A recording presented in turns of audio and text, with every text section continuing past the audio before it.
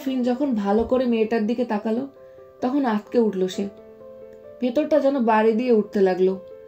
মনে হচ্ছে তার ছোটবেলা, এটা একদম তার চেহারা। ছোটবেলার ছবির ব্যতিক্রম হবে বলে মনে হয় না। এটা আবার কি করে সম্ভব? আহফিন মুগ্ধ নয়নে মেয়েটার দিকে তাকিয়ে আছে। চোখের পলক যেন পড়ছেই না। দুই গালে স্পর্শ করতেই থমকে গেল আহফিন। ভেতরটা কেমন উথাল পাথাল একটা ঢেউ সৃষ্টি হচ্ছে। মনটা কেমন ব্যাকুল হওয়ার দোল খাচ্ছে।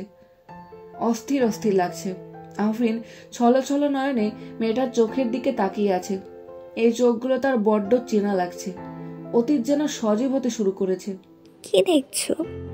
কি হলো হিরো আঙ্কেল? কি দেখছো ওভাবে তাকিয়ে? এতক্ষণে হুঁশে ফিরল সে।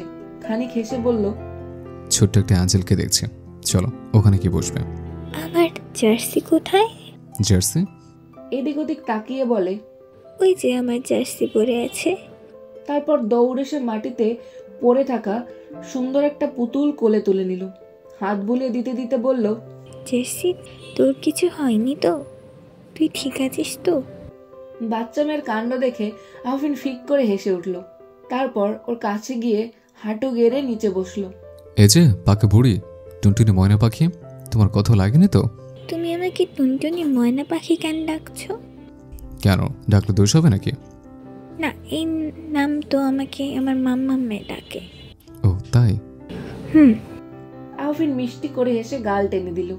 জানো মাম্মাম কি বলে? এটা নাকি আমার পাপা মাম্মামকে ডাক, তাই মাম্মাম এখন আমাকে ডাকে। মজা না? বুকটা কেঁপে উঠল আহফিনের। ভেতরটা খা খা করতে শুরু করেছে। তুবাকে বলা এই নামগুলো বড্ড জ্বালাতন করছে তাকে। ভেতরে দহনের ঝড় সৃষ্টি করে দিচ্ছে। নাম রয়ে গেছে, মানুষ কই? নেই, আজ কোথাও তুবা নেই। তুবার স্মৃতি আহফিনের প্রতিটা শোনিত ধারায়, কিন্তু অস্তিত্ব ধোঁয়াশাপূর্ণ। কেবলই নিকষ কালো অন্ধকার। এই যা, হিরো আঙ্কেল তো ভাবতে বসেছে। আহফিনের গায়ে ছোট হাতের স্পর্শ পেয়ে সে হাসার চেষ্টা করলো একটু। পরে বলল, আচ্ছা পাকা বুড়ি, নাম কি তোমার? তাহফিবা। মুখে হালকা হাসি তুলে বলল, বাহ, নামটা তোমার বেশ পছন্দ হয়েছে। থ্যাঙ্কস। জানো, তোমার সাথে না একজন অনেক মিল আছে। কি সে? কি হলো আঙ্কেল? আহফিন তখনও শূন্যে তাকিয়ে তুবার স্মৃতিতে বিলীন হচ্ছিল। তখন তাহফিবা আহফিনের গালে ছোট একটা চুমু দিয়ে বলল, তোমাকে আমার খুব পছন্দ হয়েছে হিরো আঙ্কেল। আমি আমার বেস্ট ফ্রেন্ডের সাথে খেলতে যাই আঙ্কেল। বাই বাই, তুমি ভালো থেকো। তাহফিবা সুন্দর করে হেসে হেসে ছুটছিল সামনের দিকে। কিছু দূর গিয়ে থেমে একটা হাতে ঠোঁট ছুঁয়ে তার দিকে ছুঁড়ে দিল। ভুবন ভোলানো হাসি দিয়ে সে ভেতরে চলে গেল। আহফিন তখনও আশ্চর্যিত হয়ে তাকিয়েছিল।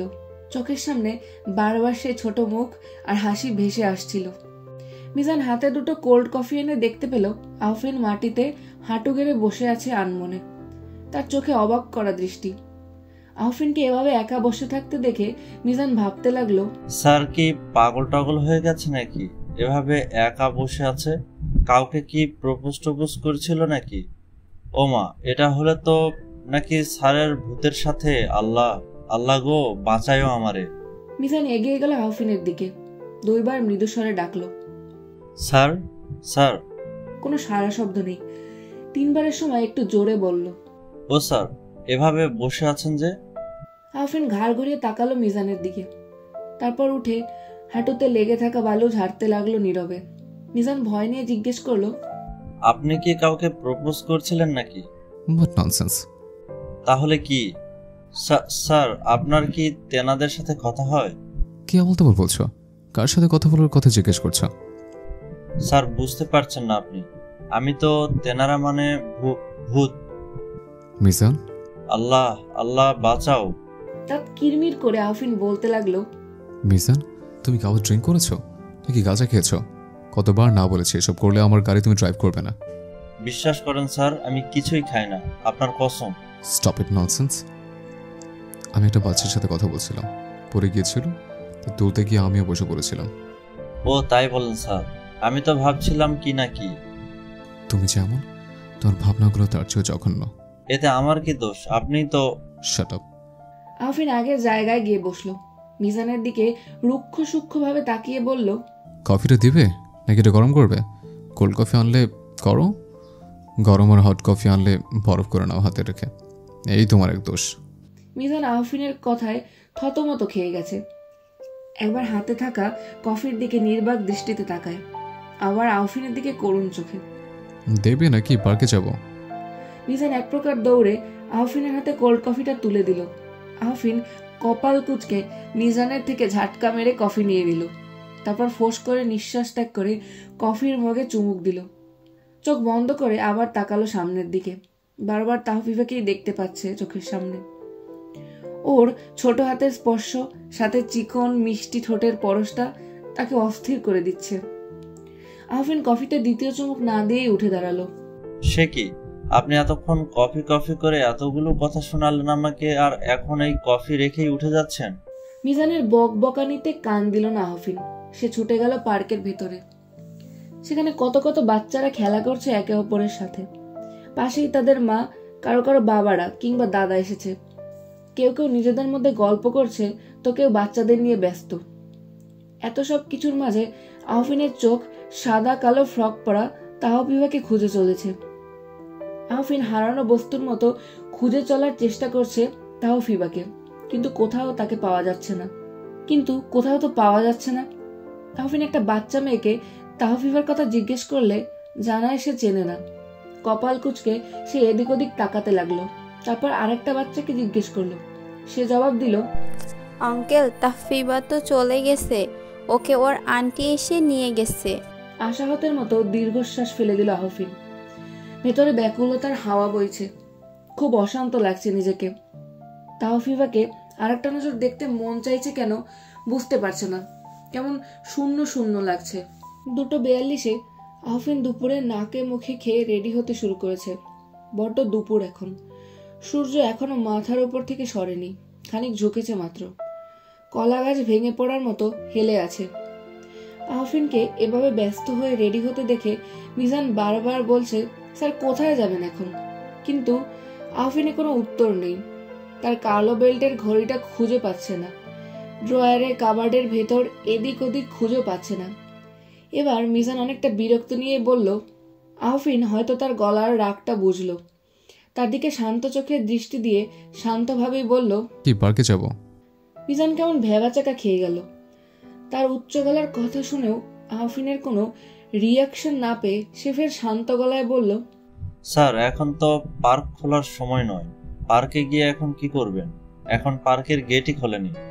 পার্কের গার্ডই আসে 3:30টার দিকে। এখন গিয়ে কি করবেন আপনি? স্যার আপনি এত অস্থির হচ্ছেন কেন বলুন তো আমায়? তাহফিফার জন্য। চমকে উঠল মিজান। বিস্ময়কর নয়নে ড্যাব ড্যাব করে তাকিয়ে আছে আহফিনের দিকে। মিজানকে এভাবে তাকিয়ে থাকতে দেখে সেও খানিক অবাক হলো। তার বোধগম্য হলো না মিজানের এভাবে তাকিয়ে থাকাতে। কি হলো তোমার? তাহফিফ? হ্যাঁ। সে আবার কে? কালকের বাচ্চা, সে মেয়েটা। ফুস করে মিজান নিঃশ্বাস ত্যাগ করলো। তার এমন ভাব দেখে আহফিন আবার ভ্রুকুটি করে তাকালো। আর আহফিনের এমন তাকানো দেখে মিজান বিষয়টা বুঝতে পারলো। এড়িয়ে যেতে মুচকি হাসি দিয়ে বলল, কিছু না স্যার। আহফিন অধীর আগ্রহ নিয়ে অপেক্ষা করে চলেছে তাহফিফার জন্য। কখন সে আসবে, কখন তাকে হিরো আঙ্কেল বলে চুমু খাবে, তার গাল স্পর্শ করে মিষ্টি মধুর সেই হাসি দেবে। কাল মেয়েটা বলেছিল আজ তাহফিফা আসবে, কিন্তু সন্ধ্যা হতে শুরু করেছে, এখনো তাহফিফা আসলো না। একটু পর গার্ড গেট লাগিয়ে চলে যাবে নিজের বাসায়, কিন্তু তাহফিফার দেখা তো আজ মেলেনি। আহফিন অসহায় করুণ চোখে আবার রাস্তার দিকে তাকালো। এখনই যদি তাহফিফা এসে তার গলা জড়িয়ে বলতো, হিরো আঙ্কেল আমি এসেছি। আহফিন ওদিকেই তাকিয়ে আছে আশাহতের মতো। মিজানের এবার মায়া হতে শুরু করেছে আহফিনের মুখ দেখে। সে তার কাছে গিয়ে বসলো আর বলল, স্যার আজ হয়তো মেয়েটা আসবে না। মিজানের এমন কথায় আহফিন কষ্ট পেল। মনমরা কালো মুখটা নিয়ে মিজানের দিকে তাকালে মিজানের ভেতরটা কষ্ট পেতে লাগলো। আহফিন আবার শূন্যের দিকে তাকিয়ে থেকে ফস করে নিঃশ্বাস ছেড়ে দিল। আনমনে বিড়বিড় করে বলল, যার জন্য অপেক্ষার পাহাড় বানিয়ে ফেলেছে সে আসেনি এত বছরও। আরে বাচ্চা মেয়েটা কিনা। মুখে তাচ্ছিলের রেখা টেনে আনলো আহফিন। এই হাসি তার কষ্টকে পানিতে পড়া কলা গাছের টুকরোর মতো ভাসিয়ে তোলে। আফিন উঠে দাঁড়ালো, ডান হাতে চকলেটগুলো নিয়ে মৃদু কদমে হাঁটতে শুরু করেছে। মিজান তখনও স্তব্ধ হয়ে বসেছিল। আফিনের কথাটা নিয়ে ভাবনার জগতে খেলতে নেমে পড়ল সে। আজ 2 দিন তাওফিফ আসছে না। আফিন প্রতিদিন গিয়ে মন ভাঙা অনুভূতিটুকু নিয়ে ফিরে আসে একা। একদিনের কয়েক মিনিটের দেখায় কেন সে অস্থির হয়ে উঠেছে সে বুঝতে পারছে না। তার কিছুই ভালো লাগে না। এখন মনে হচ্ছে সিলেট না আসাই তার জন্য ভালো হতো। আবার নতুন একটা কষ্ট বুক পেতে নিতে হতো না। তাওফিফার মুখটা চোখের সামনে ভেসে উঠতেই নিঃশ্বাস ফেলে দিল সে। মিজান রুমে এসে দেখলো আফিন ব্যালকনিতে মন খারাপ করে দাঁড়িয়ে আছে। 2 দিন ধরে সে তার পুরাতন স্যারকে দেখতে পাচ্ছে। তার নিজের কাছেও ভালো লাগছে না। কয়দিন এখানে এসে হাসি খুশি আফিন আবার তলিয়ে যাচ্ছে তার দুঃখ কষ্টে। মিজান আজও জানে না আফিনের রহস্য কি। খুব জানার ইচ্ছে থাকলেও সাহস হয়ে ওঠে না তার। আজ মনটা একটু বেশি খারাপ স্যারের জন্য। মিজান এগিয়ে গেল ব্যালকনিতে, পিছন থেকে ডাকলো, স্যার। মিজান আবার ডাকলো, স্যার আসবো? আফিন তার দিকে না তাকিয়েই বলল, মিজান এসো। স্যার মন খারাপ আপনার, তাই না? আর বেটা মন খারাপ? আমার মধ্যে বিষাদের সাগরে কফি ডুবে গেছে, অস্থির লাগছে শুধু। বাচ্চা মেয়েটার জন্য? জানো মিজান, আমার না তাফিফাকে অন্যরকম লাগে। ওকে যতক্ষণ কাছে পেয়েছিলাম ততক্ষণ মনে হচ্ছিল তুবা আমার পাশে ছিল। তাফিফার কাছাকাছিতে আমি অন্যরকম একটা অনুভূতি পেয়েছিলাম, তাই বোধহয় এমন লাগছে। স্যার তুবাকে আপনার গার্লফ্রেন্ড? স্ত্রী ছিল আমার, প্রথম আর জীবনের শেষ ভালোবাসা তুবা। সে আমার হৃদয়ের শরীরের প্রতিটি লোমকূপে গভীরভাবে মিশে গেছে। তুবা আমার ভালোবাসা। মাম্মাম, আমি কিন্তু কাল পার্কে যাব, না করলে একটু শুনবো না। মামুনি আমার লক্ষ্মী সোনা, এত অবুঝ হলে চলে বলো? তুমি না আমার গুড গার্ল, সময় পেলে নিশ্চয়ই নিয়ে যাব। দেখো না কত ঝামেলা। সময় টময় আমি বুঝি না, আমি যাব আর যাবই। ল্যাপটপ সরিয়ে তাহকে কাছে টেনে কোলে তুলে নিল তুবা। ঘাড়ে থুতনি রেখে জিজ্ঞেস করলো, এত পার্কে যাওয়ার তোর জোর উঠেছে কেন? পিনার জন্য? না, হিরো আঙ্কেলের জন্য। Hero uncle? হিরো আঙ্কেল আবার কে তাহু? ভ্রু কুচকে জিজ্ঞেস করলো তুবা। তোমাকে তো বলিনি মাম্মাম, সেদিন না একটা হিরো আঙ্কেলের সাথে আমার দেখা হয়েছে। কি বলেছে জানো? কি বলেছো? বলেছে আমাকে দেখতে নাকি ওনার কাছের একজনের মতো। ও মাম্মাম জানো, আমি পরে গিয়েছিলাম, বলে উনি আমাকে আদর করে দিয়েছিল। তাহু মা, কোনো আঙ্কেল ফাঙ্কেল দরকার নেই। ওসবের থেকে দূরে থাকবে, ডাকলেও কাছে যাবে না। ওয়াই মাম্মাম? মাম্মাম বলেছে তাই। কিন্তু মাম্মাম উনি খুব ভালো। জানো, উনি না কাঁদছিল। কাঁদছিল কেন? সেটা কি আমি জানি নাকি? তুমি না? তাহু বলেছি না মাম্মাম দূরে থাকতে অপরিচিত মানুষের থেকে। মনে থাকবে? হুম।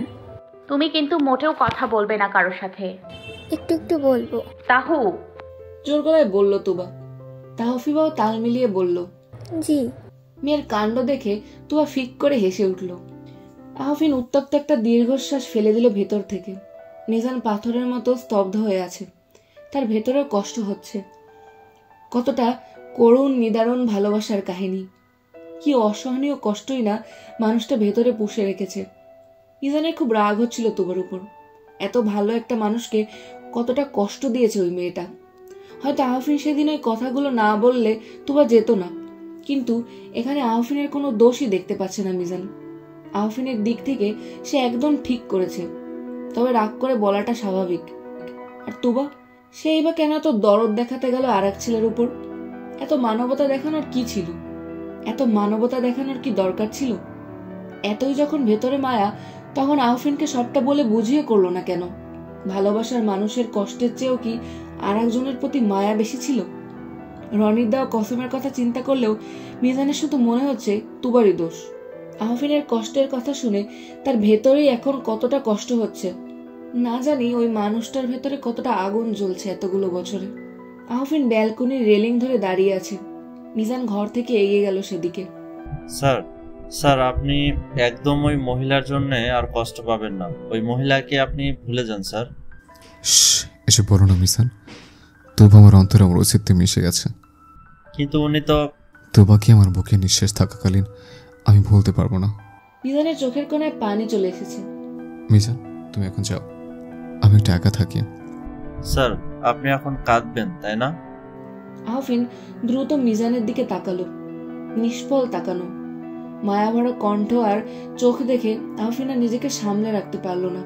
হুট করে মিজানকে জড়িয়ে ধরলো, হাউমাউ করে কাঁদতে লাগলো আহফিন। শব্দ করে কাঁদছে সে। মিজানের বড্ড কষ্ট হচ্ছিল আহফিনের কান্নাতে। মনে হচ্ছিল আহফিনের কান্নার আওয়াজে এই বুঝে বুকটা ফেটে যাবে। কি কষ্টই না লোকটার ভেতরে জমা। এতটা যন্ত্রণা মানুষটা পুষছে কি করে? একধারে বর্ষণের পর শান্ত স্নিগ্ধ পরিবেশের মতো নির্মল লাগছে আহফিনকে। শান্ত গলায় সে মিজানকে বলল, গাড়ি বের করো, পার্কে যাব। মিজানের চাহনি দেখে আহফিন নিজে থেকেই বলল। ঠোঁট প্রসারিত করে বিষাদময় হাসল আহফিন। ডায়েরি নিয়ে সুন্দর করে লিখতে বসেছে আহফিন। খোলা আকাশের নিচে বসে মনের যত কথা, যন্ত্রণা, আবেগ, অভিমান সব ঢেলে দিচ্ছে এখানে। ভেতরে কত কষ্ট, অভিমান, যন্ত্রণা আছে তা আল্লাহ আর সে ছাড়া শুধুমাত্র এই ডায়েরিই জানে। হঠাৎ পেছন থেকে কেউ বলে উঠল। বুকটা ধক করে বাড়ি দিয়ে উঠল আহফিনের। আচমকা তাকালো ডাকের অনুসারে। তাহফিবাকে দৌড়ে আসতে দেখে ছুটল সেও। তাহফিবাকে কোলে তুলে নিয়ে অসংখ্য চুমু দিতে লাগলো। তাহফিবাও হেসে তার গলা জড়িয়ে ধরল। কেমন আছো হিরো আঙ্কেল? বুক ভারী হয়ে আসে আহফিনের। চোখগুলো ঝাপসা হতে শুরু করেছে কেন? আহফিন তাহফিবার দিকে তাকিয়ে আবার শক্ত করে জড়িয়ে ধরল।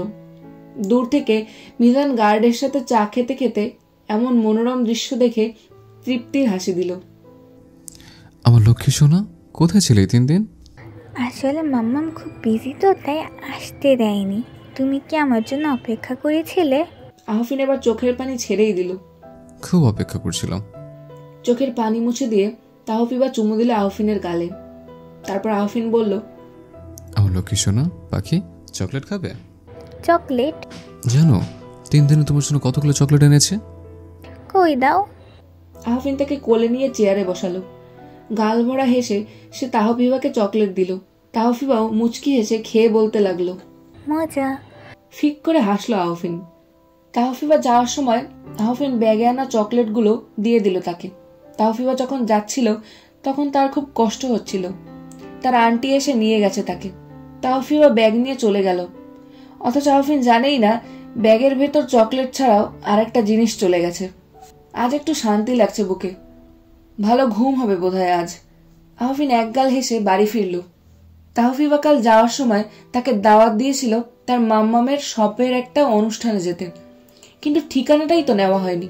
তাহলে সেখানে চলে যেত, কিন্তু এখন উপায় না পেয়ে পার্কেই যেতে হবে। তাহফিবা কথা দিয়েছে আজ আসবে। আজ মন খারাপ করে নয়, হাসি নিয়ে সে পার্কে গেছে। তাহফিবা এখনো আসেনি। আজ আসতে দেরি হচ্ছে দেখে বারবার ঘড়ির দিকে তাকাচ্ছে। তবে কি আজ আসবে না? কিন্তু সে তো বলেছে আজ আসবেই। তাকে কেন সবাই এত অধীর আগ্রহে অপেক্ষা করে? আহফিন যখন মন মরা হয়ে বসেছিল, পিছন থেকে তাহফিবা পা টিপে টিপে এসে আহফিনের চোখ ধরল। ছোট দুটো হাতের স্পর্শ পেয়ে আহফিনের বুঝতে বাকি রইল না এটা তার তাহফিবাই। আমার টুনটির ময়না পাখিটা বুঝি এতক্ষণে আসলো? আমি আবার এখনই চলে যাব। কেন? বলে আহফিন তাকে পিছন থেকে সামনে এনে কোলে তুলে বসালো। কেন চলে যাবে? এসে তো বসলেও না, আর এখনই? তোমাকে না বলেছিলাম মাম্মামের বুক শপের অনুষ্ঠানটায় যেতে? তাহফিবা কি আমাকে ঠিকানা দিয়ে গিয়েছিল? তাও কপালে হাত দিয়ে চোখ বন্ধ করে নিল। তারপর চোখ খুলে বলল, ইস, মনেই নেই। তাহফিবার ভাব দেখে হেসে উঠল আহফিন। নরম তুলতুলে গালে চুমু খেলো সে। কি যেন বলতে যাবে, তার আগেই অতি চেনা সেই সুরেলা মধুর কণ্ঠ শোনা গেল। তাহফিবা। আহফিনের বুক ধড়াক করে আওয়াজ হলো। হৃৎপিণ্ডটা অনবরত কাঁপছে। হাত পা কেমন ঠান্ডা হয়ে আসছে। নিজের কানকেও বিশ্বাস করতে পারছে না সে।